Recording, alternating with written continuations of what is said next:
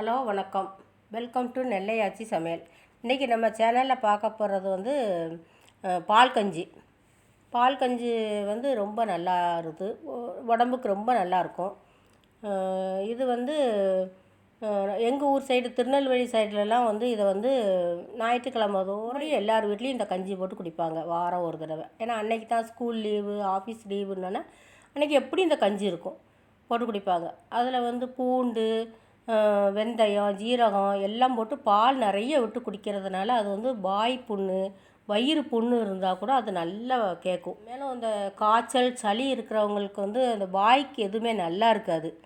அது இந்த இட்லி இதெல்லாம் சாப்பிட்றதுக்கு இந்த கஞ்சி வச்சு குடித்தா ரொம்ப நல்லாயிருக்கும்.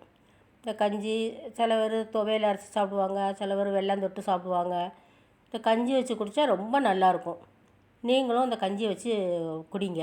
இந்த சேனலை வந்து நீங்கள் ஃபஸ்ட் டைம் பார்க்குறவங்க வந்து எனக்கு வந்து லைக் பண்ணுங்கள், ஷேர் பண்ணுங்கள், கமெண்ட் பாக்ஸில் கமெண்ட் பண்ணுங்கள்.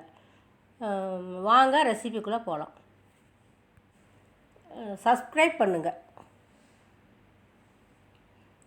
வாங்க சேனலுக்குள்ளே போகலாம்.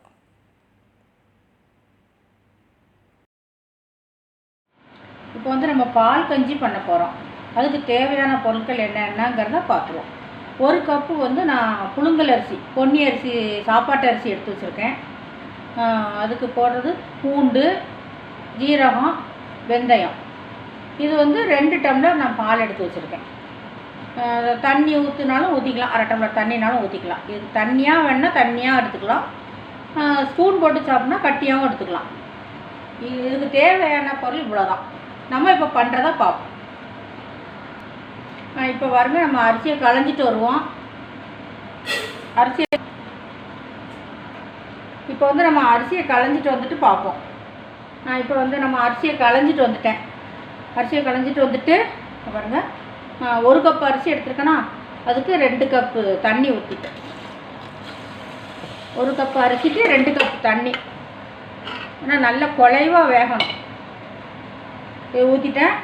இதிலே பூண்டு,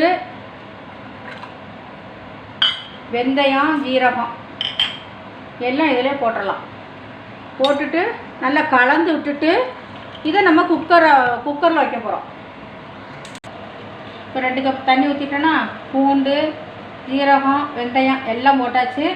ஒரு கலக்கி இதை நம்ம குக்கரில் வச்சு வேக வைக்க போகிறோம்.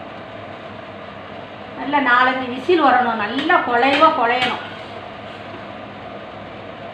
இதை நம்ம மூடி குக்கரில் வச்சு வேக வச்சுருவோம். நல்லா வேகணும், சிம்லேயே வச்சு நல்லா வேகட்டும். 4-5 விசில் வந்து சிம்மில் வச்சு நல்லா வேக வச்சுருவோம். போட்டோம், இது வேகட்டும். அதுக்குள்ளே நம்ம இந்த பாலை காய்ச்சி வச்சிடணும். இப்போ சாதம் வேகிறதுக்குள்ளேயும் நம்ம வந்து பாலை காய்ச்சிடுவோம்.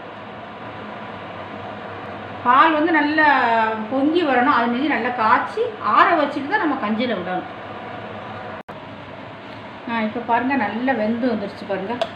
நல்லா வெந்துட்டு இப்போ நல்லா குழச்சிக்கணும். நல்லா குழச்சிக்கிட்டு நல்லா குழச்சிட்டோம் பாருங்கள். இதை நல்லா குழச்சிட்டு அப்போ தான் குடிக்கிறதுக்கு நல்லாயிருக்கும்.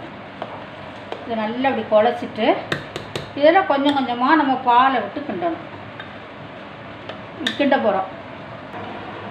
நம்ம அதில் வந்து கொஞ்சம் கொஞ்சமாக பால் சேர்க்குறோம். பாலை ஊற்றிட்டு நம்ம ஸ்டவ் பற்ற வச்சு இப்போ வெந்த சாதத்தை பால் வச்சுருக்கோம், இதில் போட்டு அப்படியே நம்ம கிண்டி நல்லா ஒரு போல் கிண்டி இறக்கிற வேண்டியது. கொஞ்சம் கொஞ்சமாக சேர்த்து கிண்டுவோம்.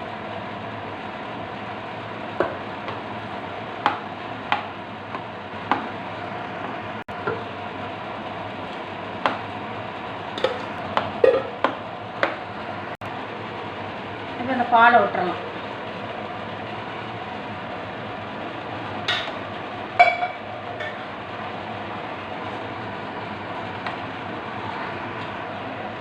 இப்போ பாருங்கள், நல்லா கரைஞ்சி வந்துட்டு நல்லா ஒன்று போல் கிண்டி இறக்கிற வேண்டியதான்.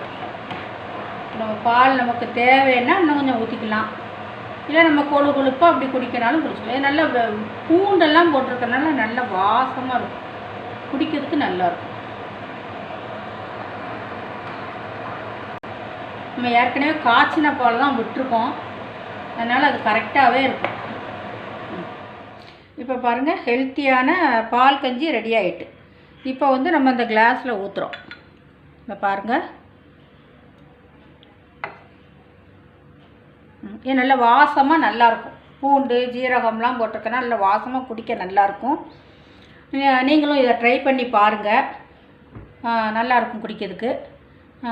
வந்து நான் பிடிச்சிருந்துன்னா லைக் பண்ணுங்கள், ஷேர் பண்ணுங்கள், சப்ஸ்கிரைப் பண்ணுங்கள். அடுத்த ரெசிப்பியில் ஹெல்த்தி டிஷ்ஷோடு உங்களை நான் சந்திக்கிறேன். நன்றி, வணக்கம்.